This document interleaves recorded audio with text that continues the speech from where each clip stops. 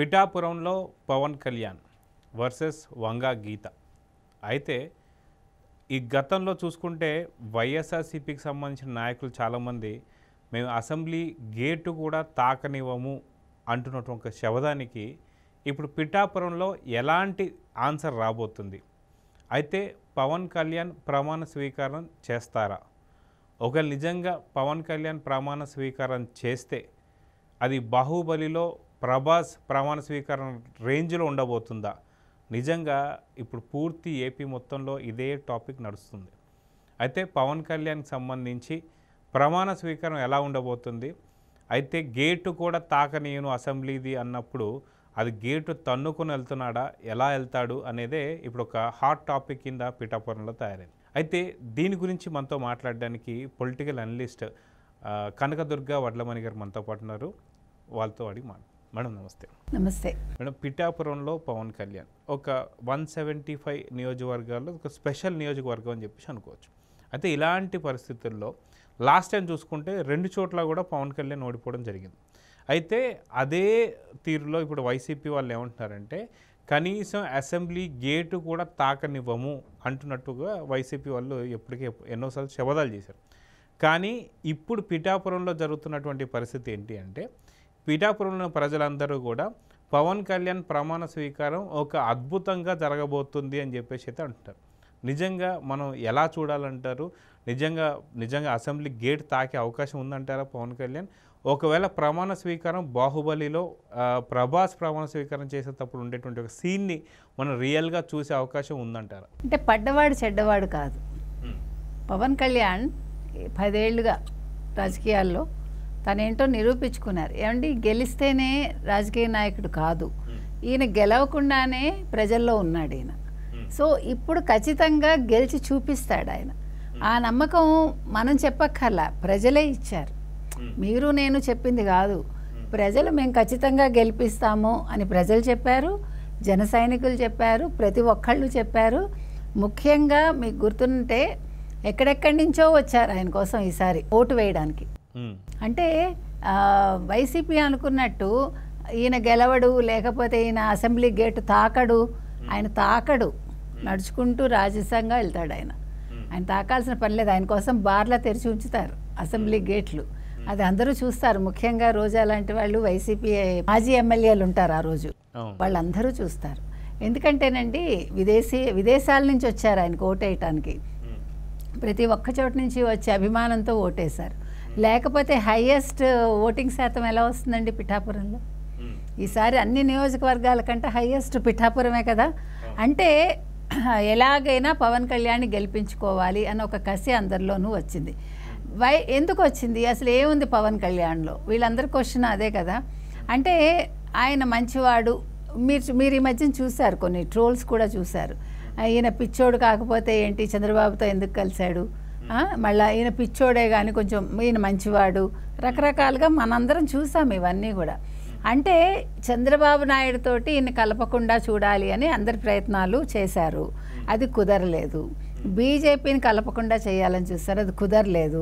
Because ఎప్పుడైతే కూటమి ఒక చోటకు వచ్చిందో వాళ్ళు ఓడిపోయినట్టే లెక్క. ఆ రోజు బీజేపీ కూడా చేరితే మనం ఓడిపోతామని వాళ్ళకి ఖచ్చితంగా తెలుసు. కాబట్టి ఎలాగైనా బీజేపీ రాకూడదు అనుకున్నారు. ఈ క్రిటిసైజ్ చేసేటప్పుడు కూడా ఎక్కడ బీజేపీని టచ్ చేయరు వాళ్ళు.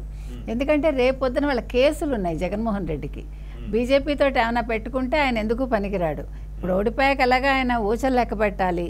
అయితే బీజేపీతో పెట్టుకుని ఇంకా కష్టమవుతుంది. అందుకని ముందు చూపుతోటి వాళ్ళు బీజేపీని ఏం అనకుండా ఎక్కడికక్కడ కంట్రోల్ చేసుకుంటూ వచ్చారు.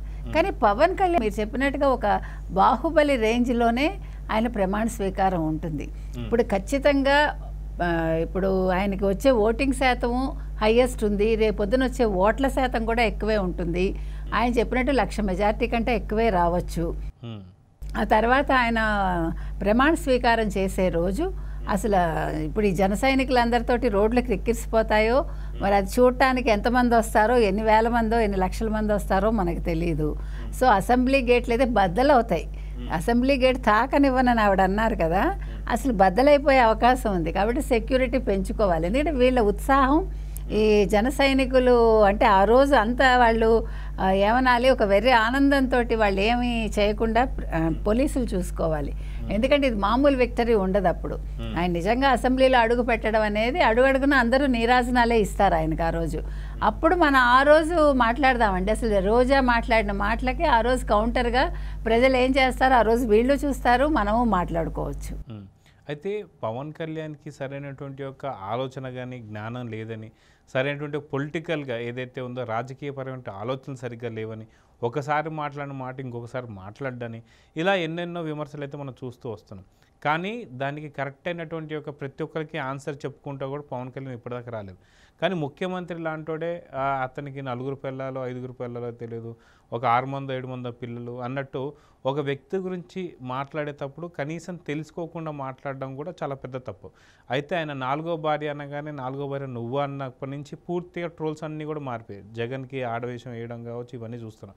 అయితే ఇంత అవమానించినటువంటి యొక్క పవన్ కళ్యాణ్ రేపు పొద్దున్న నిజంగా అసెంబ్లీలో కూర్చుంటే నిజంగా వైసీపీ వాళ్ళకి నిజంగా చెమటలు పట్టే అవకాశం ఉందంటారా? ఇప్పుడు మనం అదే వెయిట్ చేస్తున్నామండి. ఇప్పుడు మరీ కనీసం ఒక 30 సీట్లు మన వైసీపీకి రావాలని కోరుకుంటున్నాం. కనీసం 20 సీట్లైనా. ఎందుకంటే అసెంబ్లీలో ఒక్కొక్కడు వచ్చి కూర్చోవాలి. ముఖ్యంగా జగన్మోహన్ రెడ్డి కావచ్చు, కొంతమంది వచ్చి కూర్చుని మీరు అడిగిన దానికి పవన్ కళ్యాణ్ డెఫినెట్గా ఆ రోజు ఆన్సర్ చెప్తాడు. వీళ్ళందరూ అన్నదానికి ఆ రోజు ఆన్సర్ ఆయన చెప్తాడు. ఎందుకంటే మీరు అన్నట్టుగా ఒక మనిషిని కించపరచడం అంటే వ్యక్తిగతంగా కించపరచడం అనేది తప్పు. నువ్వు రాజకీయంగా ఎదుర్కో. ఇప్పుడు ఒకవేళ అతను రాజకీయంగా ఏమీ చేయలేదు, ఓకే, ఇప్పుడు చేస్తాడు, నువ్వు ఎదురు చూడు, నీకేం బాధ? ఇప్పుడు అతను బాధపడాలి. కానీ ఇప్పుడు అందుకే ఇందాక పడ్డవాడు చెడ్డవాడు కాదన్నది. ఇప్పుడు ఒక బాల్ మీరు కొట్టే కొద్దీ పైకి లేస్తుంది, అవునా కాదా? ఫస్ట్ కిందకి వెళ్తుంది, వెళ్ళనివ్వండి, మళ్ళీ పైకి వస్తుంది కదా. ఇట్ టేక్స్ కొంచెం టైం పడుతుంది. సో పవన్ కళ్యాణ్కి 10 ఏళ్ళు పట్టినివ్వండి అతని కెరీర్లో. ఏమి అతని బాధ అది, మీకెందుకు? అతని కష్టం నష్టం అతను పడ్డారు, ప్రజల కోసం అతను రావాలనుకున్నారు, అతని ఇష్టం అది. వీళ్ళందరూ ఆపటానికంటే మీకు అంత భయం ఎందుకు? ఫస్ట్ థింగ్, ఒక మనిషి నేను ఎదుగుతాను అన్నప్పుడు మీరు ఎదగనివ్వడానికి మీకు ఎందుకు భయం? అంటే భయం కొద్దే కదా మీరు ఇన్ని మాటలు అన్నారు, ఇంతలాగా మీరు అతన్ని కించపరిచారు. ఓకే, వ్యక్తిగతంగా మీకు అసలు ఎవడిచ్చాడు హక్కు మాట్లాడటానికి? మీకు తెలుసా, సుప్రీంకోర్టు ఒక తీర్పే ఉంది. వాళ్ళు సహజీవనం చేసినా ఇష్టపడి వాళ్ళు ఏం చేసినా మాట్లాడే హక్కు ఎవరికి లేదు, మాట్లాడకూడదు. భార్యకే హక్కు లేదన్నాడు. ఒకవేళ నిజంగా సహజీవనం చేస్తే అది ఇల్లీగల్ కాదని సుప్రీంకోర్టు తీర్పు ఇచ్చింది మనకి. సో నువ్వెవడో మాట్లాడటానికి, నీ మీద కేసు పెట్టే అధికారం అతనికి ఉంది. కాకపోతే ఏంటంటే తొందరపడకూడదు అనే ఒక నిర్ణయంతో అతను మాట్లాడలేదు, పనికిమాలిన వాటికి అతను ఆన్సర్ చెప్పుకోలేదు. ఇప్పుడు అతను అఫీషియల్గానే చేసుకున్నాడు, ఎవరిని చేసుకున్నా పిల్లలు అఫీషియల్గానే కన్నాడు, మీకులాగా పనికిమాలిన మాటలు మాట్లాడలేదు. కాబట్టి అతను మాట్లాడకపోతే మౌనాన్ని ఏదో అంగీకారంగానో లేకపోతే వేరే రకంగానో మనం భావించకూడదు. ప్రతి మనిషికి ఒక టైం వస్తుంది కదా, every man has his own day అంటారు. అలాగా అతనికి వస్తుంది 4వ తారీఖున. ఆ సమయం వచ్చినప్పుడు అతను కరెక్ట్ సమాధానం ఏమి ఇవ్వాలో అసెంబ్లీలో ఆ రోజు ఇస్తాడు. ఎవరైనా నోరు ఎత్తారనుకోండి అప్పుడు మాట్లాడతాడు. ఎప్పుడు కూడా తెలివైన వాడు తొందరపడ్డు. ఇలా తెలివి తక్కువ వాళ్ళే నోరు జారుతారు. అతను తెలివి తక్కువ వాడని వీళ్ళు అన్నారు చూడండి, వీళ్ళు తెలివి తక్కువ వాళ్ళు. వీళ్ళు ఆ రోజు ఎలా తెలివి తక్కువ వాళ్ళు అవుతారో మీకు రిజల్ట్ చెప్తుంది. ఎందుకంటే ఇప్పుడు ఏమండి రోడ్డును పోతుంటే ఏనుగు వెళ్తూ ఉంటుందండి, పక్కన కుక్కలు మరుగుతాయి. ఏనుగేమైనా అది కందుతుందా కుందుతుందా? అది కందదు కదా, అసలు అది పట్టించుకోదు. ఓకే నువ్వు వాక్కో అన్నట్టు వెళ్ళిపోతుంది. ఎందుకంటే ఏనుగు అనేది ఒక రాజసం. కాబట్టి అలాగే ఈ పవన్ కళ్యాణ్ అనే వ్యక్తి కూడా 100 మంది వాగుతారు. ఇప్పుడు ఎంతమందికి సమాధానం ఇస్తాడు? అసలు ఎందుకు ఇవ్వాలి? రెండు కూడా. ఇప్పుడు పనికిమాలిన వాగుళ్ళు వాగే వాళ్ళకి మనం సమాధానం ఇవ్వక్కర్లేదు, కాలం బదులు చెప్తుంది. సో ఆ కాలం అనేది 4వ తారీఖున వస్తుంది అతనికి. వచ్చినప్పుడు మీరు చెప్పినట్టుగా ప్రమాణ స్వీకారం చాలా బ్రహ్మాండంగా జరుగుతుందండి. మీరు అన్నట్టుగా బాహుబలిలో ప్రభాస్ ఏ రకంగా ప్రమాణ స్వీకారం చేశాడో ఆ రకంగానే జరుగుతుంది. రాణా అనుకుంటాడు కదా ఏదో అని, కానీ రాణా ఎలాగా ఇదయ్యాడో ఈ వైసీపీ ముఖ్యమంత్రి కావచ్చు, అంటే మాజీ ముఖ్యమంత్రి అప్పుడు మాజీ ఎమ్మెల్యేలు కూడా వీళ్ళందరి మొహాలు కూడా రాణా మొహం లాగానే అవుతాయి. ప్రజలు ఆ రకంగానే బుద్ధి చెప్తారు. ఈయన ఖచ్చితంగా ఒక మంచి ఏనుగులాగా, ఏనుగు మనకి మంచి శుభసూచకం, మనకి ఐరావతం అంటాం కదా. సో అట్లాగా రాజసంగా ఆయన అసెంబ్లీలో అడుగు పెడతారు, ప్రమాణ స్వీకారం చేస్తారు. అయితే ఇక్కడ విజయవాడలో ప్రమాణ స్వీకారం జరగబోతుంది అన్నట్టుగా కొంత కూటమికి సంబంధించిన వర్గాల నుంచి మనకి ఇన్ఫర్మేషన్ వస్తుంది.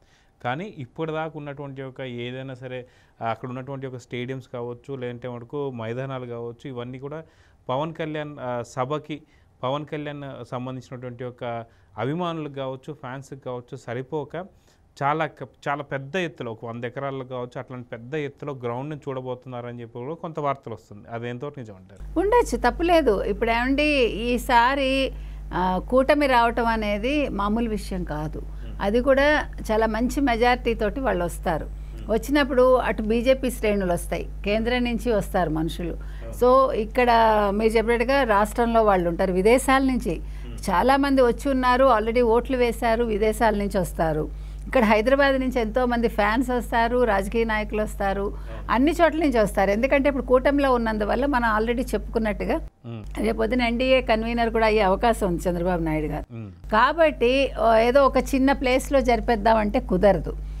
ఎందుకు అమరావతి చుట్టుపక్కలే బోల్డ్ ప్లేస్ ఉండొచ్చు. మీరు చెప్పినట్టుగా అక్కడే తీసుకుని, గతంలో మనకి అమరావతి ఎట్లా జరిగింది, మనకి విడిపోయాక, రాష్ట్రం విడిపోయాక ఆయన ప్రమాణ స్వీకారం చేశారు కదా, ఆ రోజు మోదీ గారు వచ్చారు కదా.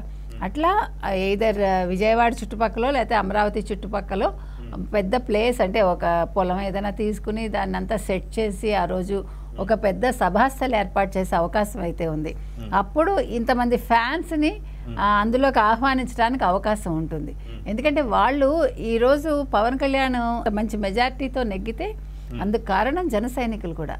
కాబట్టి వాళ్ళు లేకుండా ఆయన ప్రమాణ స్వీకారం జరగదు. కాబట్టి ప్రతి ఒక్కళ్ళు ఇందులో పాలు పంచుకోవాలంటే మీరు చెప్పినట్టుగా ఒక పెద్ద విశాలంగా ఒక ప్లేస్ చూసుకుని, భారీ ఏర్పాట్లు చేసుకుని, సెక్యూరిటీ అంతా చూసుకుని ఆ రకంగా చేస్తే అద్భుతంగా ఉంటుంది. సో చూద్దాం మేడం, ఖచ్చితంగా జూన్ 9వ తారీఖు అయితే ఒక చిన్న అఫీషియల్ సంబంధించి ఒక డేట్ అయితే ప్రకటిస్తున్నారు ప్రమాణ స్వీకారం.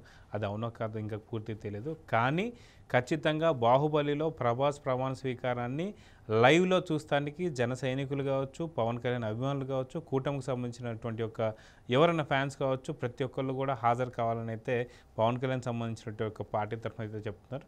చూద్దాం ఏం జరగబోతుంది. ఇప్పుడు మీరు అన్నారు చూడండి, వీడియో టీవీలో చూస్తారు జన సైనికులని. ఆ రోజు అపోజిషన్ వాళ్ళు టీవీలు బద్దలు కొడతారు. అందుకని అది కూడా మనం వేచి చూద్దాం. చూద్దాం మేడం, ఖచ్చితంగా ఎన్ని టీవీలు బద్దలవుతాయో, ఎన్ని గుండెలు ఆగిపోతాయో చూద్దాం. నమస్తే.